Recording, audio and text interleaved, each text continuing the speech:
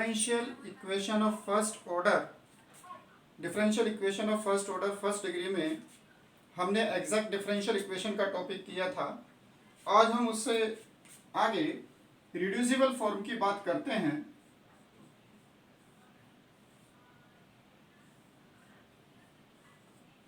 Reducible to exact form.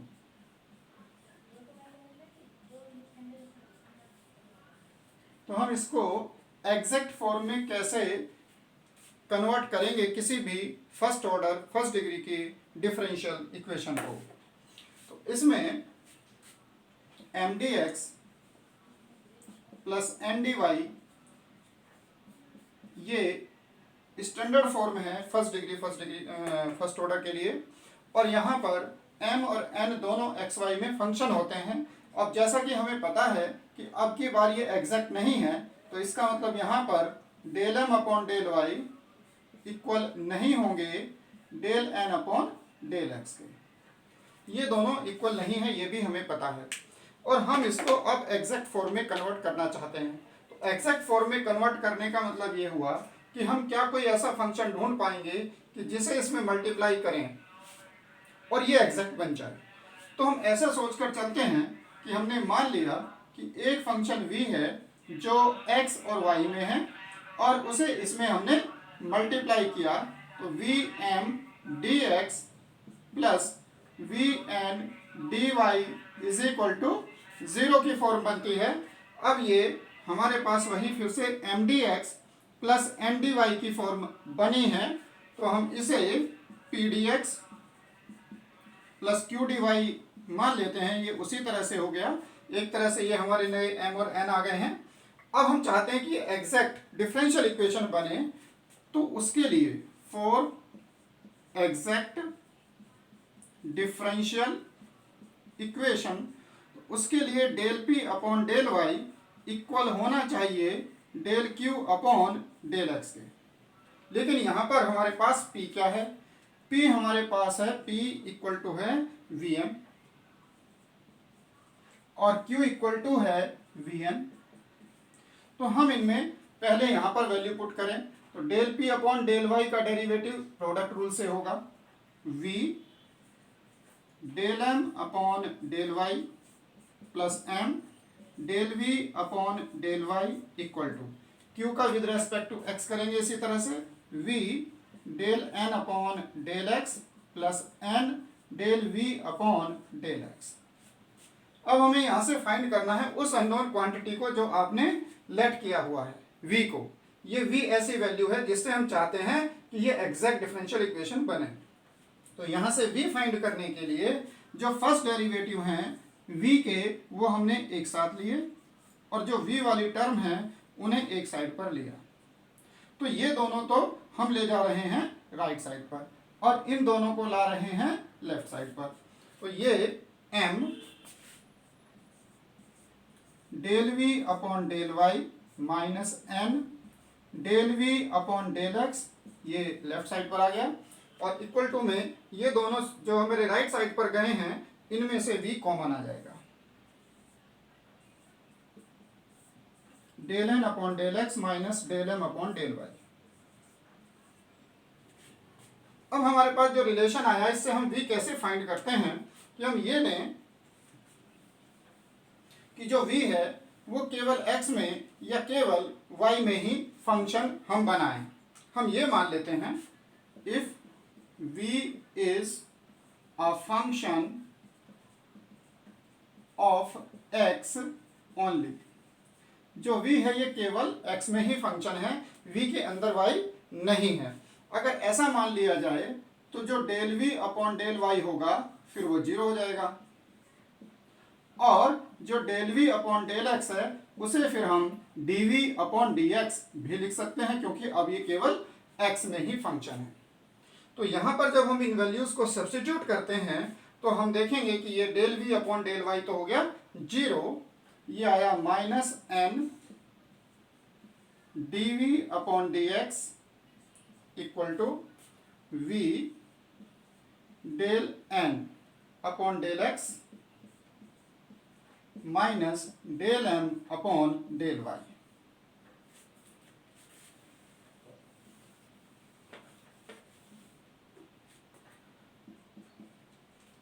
D V के साथ v की टर्म लेने पर ये हो जाएगा D V upon V equal to, और dx इधर हम ले रहे हैं और 1 अपॉन एन कर रहे हैं, तो माइनस से तो साइन चेंज हो जाएंगे, del M upon del Y minus del N upon del X, और जो यहाँ पर ये n है ये 1 अपॉन एन हो जाएगा। अब जैसा कि हमने ये सपोज किया है कि जो v है वो केवल एक फंक्शन है x में, तो यहाँ पर ये वाली वैल्यू भी केवल फंक्शन होगी फिर x में, क्योंकि तभी ये इक्वल हो सकते हैं। इंटीग्रेटिंग, इसका इंटीग्रेशन हो जाएगा log v, और इसे हम एज इट इज लिख देते हैं 1 upon N bracket del M upon del Y minus del N upon del X D X. तो यहां पर आपने देखा कि जो log v की वैल्यू है वो इतनी आ रही है, जबकि हमने ये माना है कि v x में फंक्शन है।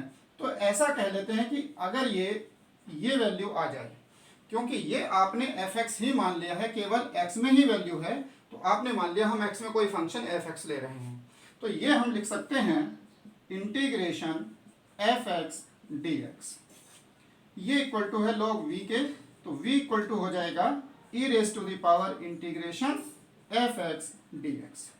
यानी ये हमारे पास आ गया है एक ऐसा फैक्टर जिसे हम कह रहे हैं इंटीग्रेटिंग फैक्टर, कि जैसे ही इसे हम mdx plus mdy equal to 0 में मल्टीप्लाई करते हैं तो वो differential equation exact differential equation बन जाएगी इस इंटीग्रेटिंग फैक्टर से।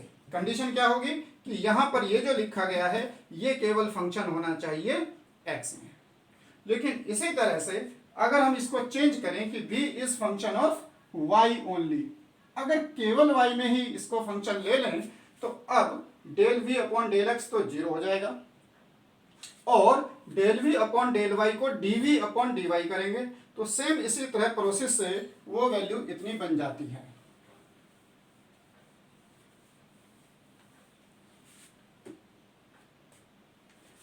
इंटीग्रेटिंग फैक्टर यानी v की value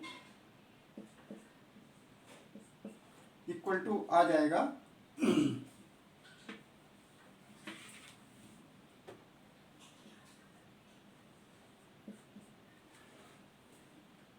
e to the power integration F Y D Y, लेकिन यहाँ पर 1 upon M del N upon del X minus del M upon del Y, ये होगा फंक्शन केवल x में।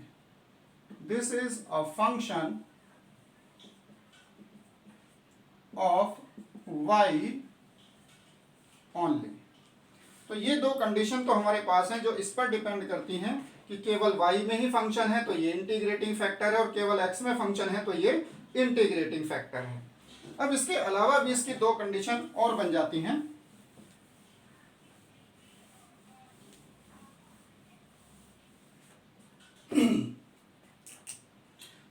इसमें थर्ड कंडीशन ये बन जाती है कि इक्वेशन mdx प्लस mdy की फॉर्म है, लेकिन इसे आप ऐसे लिख पाएं fxy y dx plus gxy x dy is equal to 0।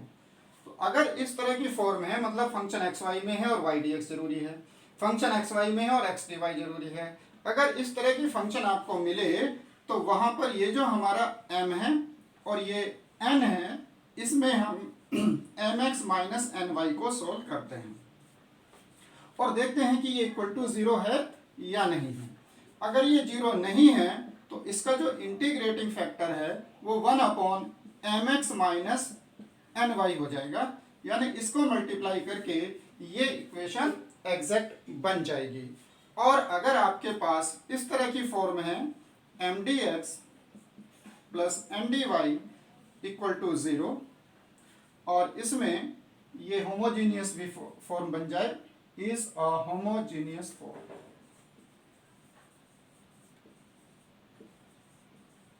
Homogeneous form अगर ये बन रही है तो आपको फिर पता करना है mx प्लस ny, और फिर देखेंगे कि इस वाले केस में ये इक्वल टू 0 है या नहीं है। अगर ये इक्वल टू 0 नहीं है तो इसका integrating factor 1/mx plus ny होगा। तो ये इस तरह से हम 4 इंटीग्रेटिंग फैक्टर इसमें पता कर रहे हैं। इन चारों को अभी लिखते हैं, लेकिन उससे पहले ये थोड़ा सा सभी स्टूडेंट के लिए होमवर्क होगा कि मान लो अगर ये 0 हो गया है तो फिर इस डिफरेंशियल इक्वेशन का सॉल्यूशन क्या होगा। ये अगर 0 हो गया है तो फिर इस डिफरेंशियल इक्वेशन का सॉल्यूशन क्या होगा। तो ये भी आप एक्स्ट्रा इसमें जरूर सोचें कि अगर ये इक्वल टू 0 है तो सॉल्यूशन क्या हो रहा है। अब मैं चारों कंडीशन एक बार लिखता हूं और फिर इसका एक एग्जांपल लेंगे। और mdx plus mdy equal to 0 जो कि एग्जैक्ट फॉर्म नहीं है, इसमें हमने देखा पहला पार्ट जो इंटीग्रेटिंग फैक्टर हमारा था e raise to the power integration fx dx हमने पहले सोल्व किया था, जिसमें फंक्शन केवल x में था। तो अगर फंक्शन केवल x में fx है तो ये मिलता है 1/n del m upon del Y minus del n upon del x, जबकि वो फंक्शन केवल x में है। सेकंड, जब फंक्शन केवल y में है तब integrating factor e raise to the power integration fy dy, जहां पर fy इक्वल टू होगा 1/m del n upon del x minus del m upon del y। जब हम क्वेश्चन सोल्व करते हैं तो हमें पहले ये वैल्यू सोल्व कर लेनी चाहिए और फिर देख लें कि इसे सोल्व करके वो n की फॉर्म बनती है या m की। अगर n वाली फॉर्म बनेगी तो आपको ये कंडीशन अप्लाई करनी है, m जैसी वैल्यू बनेगी सोल्व करके तो फिर आपको y में ही फंक्शन मिलेगा। थर्ड कंडीशन क्या थी?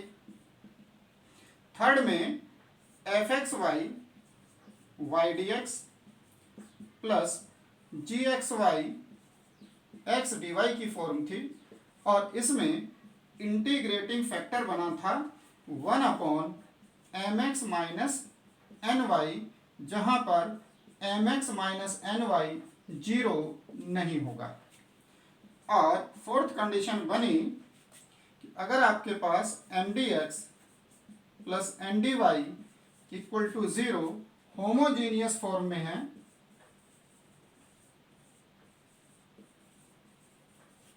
तब इसका इंटीग्रेटिंग फैक्टर होगा 1/mx प्लस ny, और वो तब होगी जबकि mx plus ny is not equal to 0। तो ये 4 केसेस हैं जिससे हम किसी भी ऐसी इक्वेशन जो एग्जैक्ट डिफरेंशियल इक्वेशन नहीं है उसे एग्जैक्ट में कन्वर्ट करते हैं। अब एक क्वेश्चन में इस कंडीशन को अप्लाई करके देखते हैं कि हमें क्वेश्चन में कैसे इसे अप्लाई करना होगा।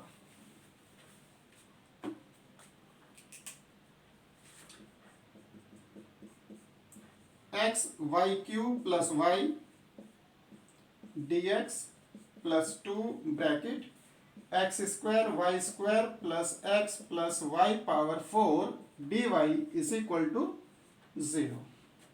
तो ये हमारे पास mdx प्लस mdy की फॉर्म है, और ये एग्जैक्ट डिफरेंशियल इक्वेशन भी नहीं है। तो जो 4 कंडीशन हमारे पास हैं उनमें हम इसको इजीली ये देख पाए कि ये y कॉमन लेकर के y dx तो बन जाएगा, पर इसमें से x कॉमन नहीं है, ये x dy नहीं बनेगा। यानी वो वाली फॉर्म तो नहीं हुई जिसमें y dx और x dy बनता था। फिर नेक्स्ट एक ये भी कंडीशन थी कि ये जो फंक्शन यहाँ लिखे होते हैं वो होमोजीनियस फंक्शन हो, लेकिन वो भी इसमें नहीं है। तो फिर हमारे पास जो 2 कंडीशन बनती हैं उनमें हमें डिफरेंशिएशन करना पड़ेगा m का और n का। तो यहाँ पर m इक्वल टू है x y cube plus y, n equal to twice x square y square plus x plus y power 4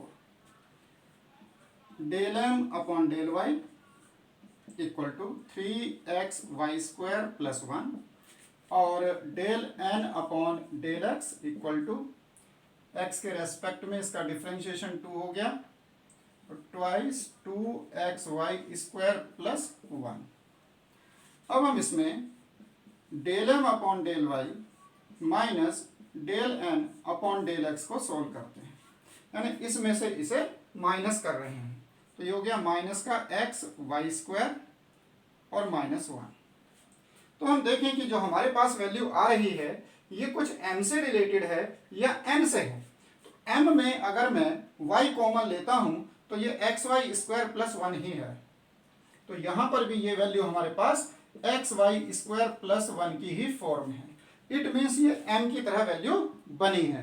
तो अब हमें यहाँ पर ये वाली कंडीशन अप्लाई करनी चाहिए, 1/m del n upon del x minus del m upon del y। तो जैसे ही आप ये वैल्यू सोल्व करेंगे, यहाँ पर ये वैल्यू m की तरह है तो आपने ये लगाया, अगर ये सोल्व करने पर वैल्यू n की तरह आ रही होती तो आप यहाँ पर 1/n करते। ये यहाँ से चेक हो जाता है कि n लेना है अपॉन में या m लेना है।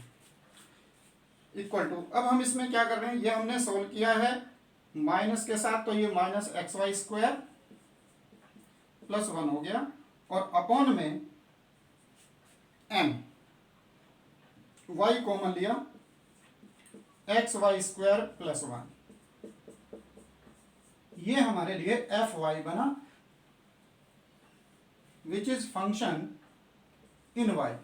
तो ये केवल y में फंक्शन आ रहा है। तो इंटीग्रेटिंग फैक्टर हो गया e raise to the power integration fy dy e power integration 1/y dy और जो कि इक्वल टू आ जाएगा y। तो ये इंटीग्रेटिंग फैक्टर आया है y। ये हम इस इक्वेशन में अगर मल्टीप्लाई कर दें तो फिर ये एग्जैक्ट डिफरेंशियल इक्वेशन बन जाएगी।